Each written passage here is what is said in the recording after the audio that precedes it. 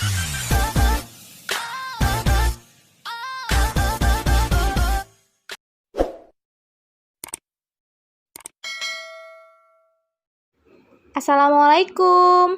Nama saya Sini Lorenza Purba dari Fakultas Ilmu Sosial, jurusan Ilmu Komunikasi, Konsentrasi Jurnalistik dari Universitas Islam Negeri Sumatera Utara. Saya dari KKNDR 91. Baiklah, kali ini saya akan membahas tema mengenai virus corona, new normal, dan pemberitaan hoax di media sosial. Apa itu virus corona atau COVID-19? Coronavirus adalah virus yang menginfeksi sistem pernapasan. Virus corona menyebabkan penyakit flu biasa sampai penyakit yang lebih parah seperti sindrom pernapasan Timur Tengah atau MERS-CoV dan juga sindrom pernapasan akut parah yaitu SARS-CoV. Kasus pertama penyakit ini terjadi di kota Wuhan, Cina pada akhir Desember 2019 tahun lalu. Pada tanggal 13 Agustus 2020, di dunia dikonfirmasi positif corona terdapat 20,6 juta jiwa dengan kematian 749.000 jiwa dan kesembuhan 12,8 juta jiwa. Sedangkan di Indonesia, positif corona dikonfirmasi 131.000 jiwa dengan kematian 5.903 jiwa dan kesembuhan 85.798 jiwa. Bagaimana cara penularan virus corona? Penularan virus corona. Pertama, ketika tidak sengaja menghirup percikan ludah yang keluar saat menderita COVID bersin ataupun batuk. Yang kedua, memegang mulut, hidung, dan mata tanpa mencuci tangan terlebih dahulu. Dan yang ketiga, kontak jarak dekat kurang dari 2 meter dengan penderita COVID-19 tanpa mengenakan masker.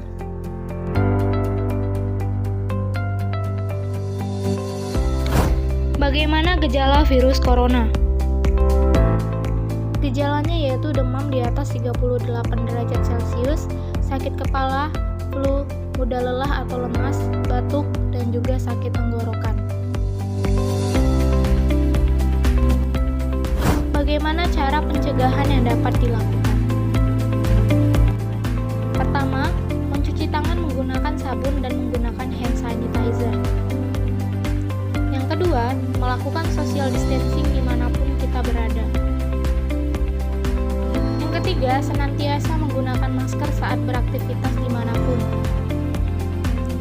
Dan yang keempat, pola hidup sehat dengan makan makanan yang bergizi, olahraga, dan pola tidur yang teratur. New normal. Selanjutnya kami akan mengajak Anda untuk mengenal istilah the new normal yang ramai diperbincangkan saat ini dalam laporan khas redaksi.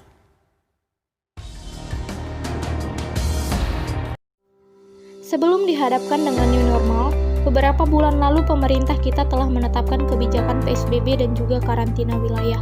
Lalu apa itu PSBB dan karantina wilayah? Karantina wilayah. Karantina wilayah adalah pembatasan penduduk dalam suatu wilayah, termasuk wilayah pintu masuk beserta isinya yang diduga terinfeksi penyakit ataupun terkontaminasi sedemikian rupa untuk mencegah kemungkinan penyebaran penyakit atau terkontaminasi. PSBB atau pembatasan sosial berskala besar adalah pembatasan kegiatan tertentu penduduk dalam suatu wilayah yang diduga terinfeksi penyakit ataupun terkontaminasi sedemikian rupa untuk mencegah kemungkinan penyebaran penyakit atau terkontaminasi. Apa itu new normal? New normal adalah perubahan perilaku untuk tetap menjalankan aktivitas normal, tapi ditambah dengan penerapan protokol kesehatan guna mencegah terjadinya penularan COVID-19. Prinsip new normal adalah bisa menyesuaikan dengan pola hidup. Protokol kesehatan new normal selalu mencuci tangan dan pakai hand sanitizer, social distancing ataupun jaga jarak dimanapun, menggunakan masker saat beraktivitas di luar rumah, pola hidup sehat dengan olahraga, makan yang bergizi, dan pola tidur yang teratur. Pemberitaan media sosial yang bersifat hoax. Apa itu berita, media sosial, dan juga hoax? Dua warga Indonesia yang positif terinfeksi virus corona disebut telah melakukan kontak dengan warga negara Jepang. Dan warga Jepang ini kini tengah menjalani Setelah kita melihat berita tadi, kita dapat mengambil kesimpulan bahwa berita adalah sajian informasi tentang suatu kejadian yang berlangsung atau kejadian yang sedang terjadi. Penyajian berita dapat dilakukan melalui informasi berantai dari mulut ke mulut ataupun secara langsung. Ada juga yang menggunakan media cetak, media elektronik, dan juga internet.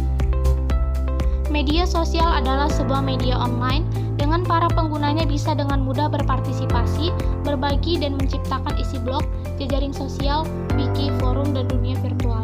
Pengguna media sosial dengan bebas bisa mengedit, menambahkan, dan memodifikasi baik tulisan, gambar, video, grafis, dan berbagai model konten lainnya. Selanjutnya adalah fake news ataupun hoax. Hoax adalah kabar palsu yang sering muncul di internet dan memiliki tujuan untuk menyebarkan kepanikan dan ketakutan massal. Hoax juga adalah kegiatan yang dilakukan oleh sejumlah oknum yang tidak bertanggung jawab. Ancaman hukuman bagi penyebar berita bohong yaitu pasal 28 ayat 1 Undang-Undang Informasi dan Transaksi Elektronik atau Undang-Undang ITE yang menyatakan setiap orang yang sengaja dan tanpa hak menyebar berita bohong dan menyesatkan yang mengakibatkan kerugian konsumen dalam transaksi elektronik yang dapat diancam dipidana berdasarkan pasal 45A ayat 1 UU 19 2016 yaitu dipidana dengan pidana penjara paling lama 6 tahun atau denda paling banyak 1 miliar. Informasi terkait COVID-19 tersebar dengan cepat di berbagai media sosial, mulai dari fakta hingga hoax semua tercampur menjadi satu. Semenjak merebaknya wabah virus corona, banyak beredar berita-berita hoaks dari orang yang tidak bertanggung jawab yang menyebarkan berita yang tidak benar dalam bentuk tulisan maupun video, terkhususnya di media sosial seperti Instagram, Facebook, WhatsApp, dan juga Twitter. Kominfo mencatat selama pandemi virus corona atau COVID-19 terdapat 723 isu hoaks.